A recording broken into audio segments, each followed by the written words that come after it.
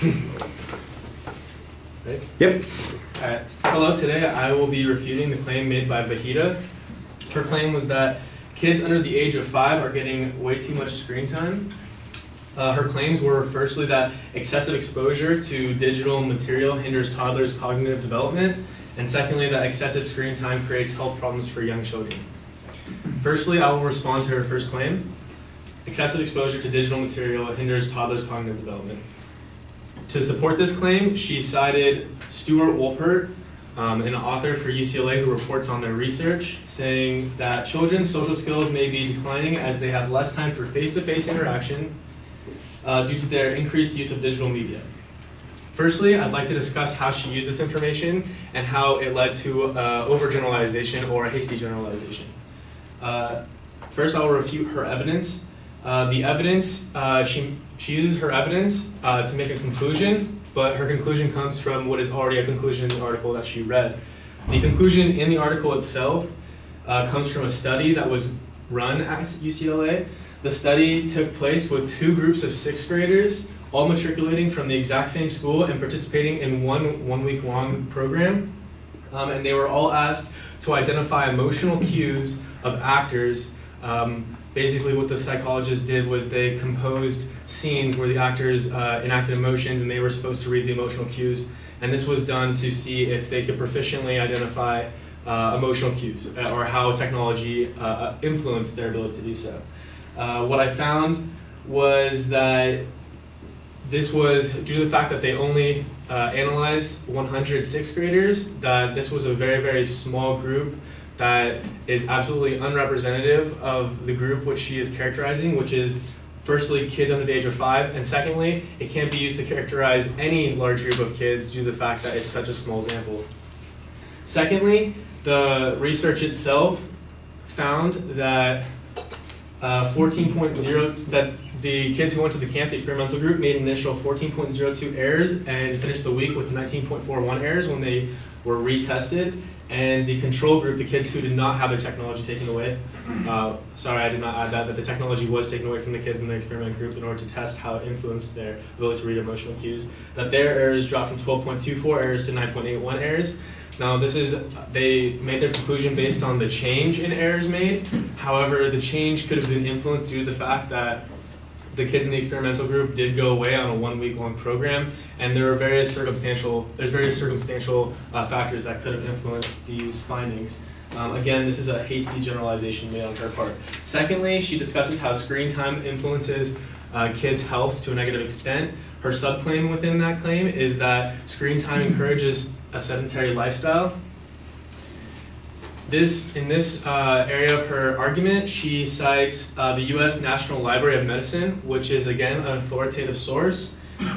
She quotes it as saying, "Too much screen time makes it hard for your child to sleep at night, raises your child's risk of attention problems, anxiety, and depression. It also raises your child's risk for obesity." While this is an authoritative source, it does not communicate enough sufficient evidence to explain to the audience why she is making the claim that she is, or why the article she read made the claim it did. It does not, therefore, does not provide a substantial warrant that is needed in order to help the audience make their inferential leap to her claim. And next, she makes another subclaim under this category, saying too much screen time can result in attention problems. For this subclaim, she cites the New York Times Perry Class, who is a doctor, who says, "Some studies have found that the children who spend more time in the front of the screen are more likely to develop attention problems later." I challenge her evidence by saying that this is the same article that she uses to make a variety of claims, because she mixes and blends the evidence that she made for the entire argument within different subclaims. But what she makes the mistake of doing is that she does not, again, describe why. She makes conclusions based on conclusions that are made in an article, however does not explain why, thus omitting the warrant that is needed. The warrant that is given that would have fixed this issue would be citing Dr. Christakis, who was cited in the article itself, saying that people become addicted to television and screen time as a result of dopamine deficiencies, and they keep watching this fast-paced programming due to the fact that this rewards them and allows them to get that dopamine that they need. My conflict with her reasoning is the fact that all of this evidence is again a hasty generalization that is made due to the fact that the target sample or the group of individuals being studied or examined in this article are people who suffer from ADHD or ADD. Inherently, those individuals suffer from dopamine deficient minds, and that's why they are more inclined to watch television and to suffer from the addiction to television or screen time as a whole. And furthermore, the article goes on to further explain that kids with ADHD or ADD who were given prescriptions of Ritalin, which is a medication often prescribed to kids with that condition, that they often demonstrated a drastic change in the amount of time they spent in front of a screen, ultimately influencing their health in a positive direction. Again, thank you very much.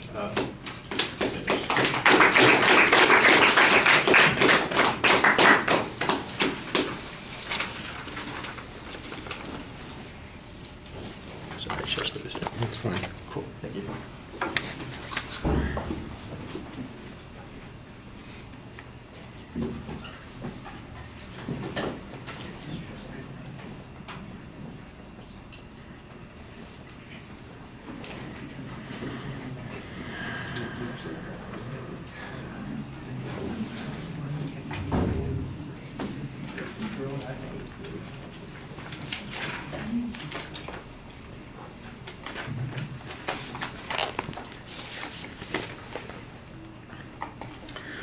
All right, the structural stuff is all labeled very clearly. There's a good preview so we know where you're going. On the first point, you signpost as you get to it. You make an argument that says she's overgeneralized on her evidence, and you say that she quotes the conclusion. I'm not quite clear why quoting the conclusion is problematic. It seems to me like exactly what you're looking for is the conclusion of the expert. So your explanation there was not very clear. The description of the study that you provided is okay, but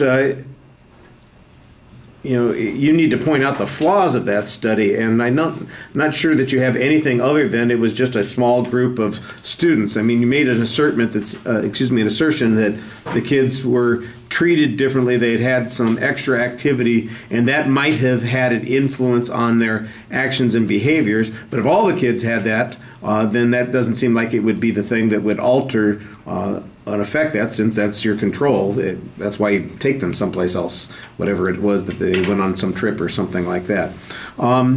You're kind of suggesting an alternate factor might have been involved, but there's no evidence that proves that, and there's no real reason to believe that that's true. So it's a press, but it's not a very strong press. You need to offer some information to support the reason that this is problematic.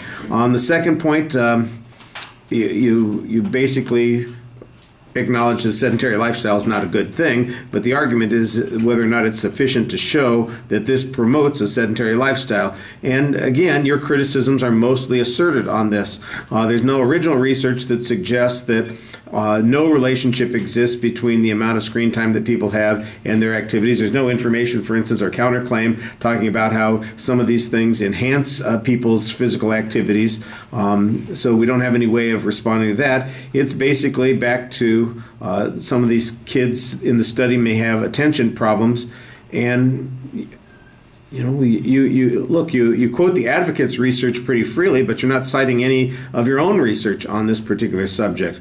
The idea that you're mixing evidence from different parts of the article in order to arrive at different conclusions, I'm not sure why that's problematic unless there's something wrong with one part of the research or one part of the work that the author is being quoted in, and the rest of it is all fine. I'm not sure why quoting from different parts seems to be so problematic from your point of view. And then on your last argument, you're suggesting that the fact that the kids are ADHD is the thing that might be contributing to the differences here, and I think you need some evidence on that. That's, again, a good press, but it's the kind of thing that you could have said almost immediately after the speech without having had a week to think about it or do any research. All right, thank you.